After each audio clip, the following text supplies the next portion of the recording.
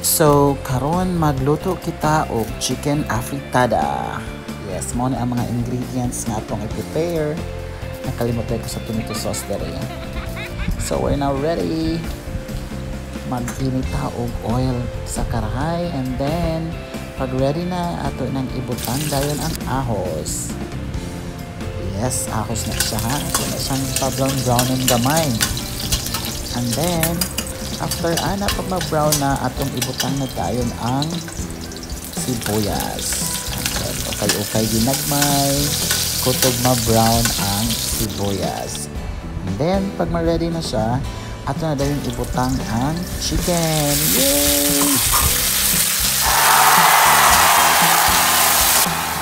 So atong paano-kano-kan gamay ang chicken kutog sa muhumog. And then ato i-check siya. And then, okay yung ginagmay. Tanawa na to kung ready na ba siya. And then, after dayon, ani, ato siyang butangan og tomato paste.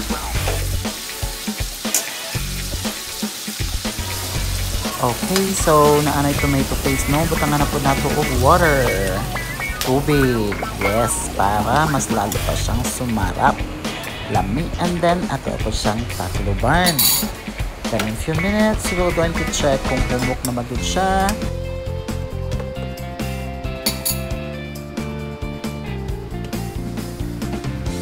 So, murag feel na ako nga luto na din siya, no? So, ako na siyang butangan o paminta leaves para masumot ako ang niluto.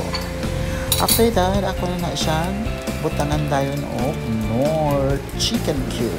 Yes! Thank you, Knorr! So, wala lang ako gihurot ang Knorr cube kay gamay ram ako ang chicken. So, maybe later on, kung okay, then ako ra siyang dagdagan. Ayan, we're going to wait for a few minutes again. And now ready na siya. Ito na ibutang ang patatas, ang carrots, at ang red pepper. Then, okay, ginagmay. And then, ginagdagan ako og water kay murag concentrated na siya kaayo. And then, ayan, we'll wait for a few minutes again.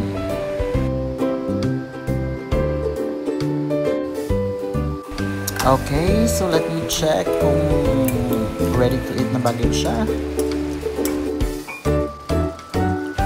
OMG, and finally our chicken afritada is ready to eat. Yay, and we're finally done. And so I'm ready to eat my lunch now. See you next time. Bye.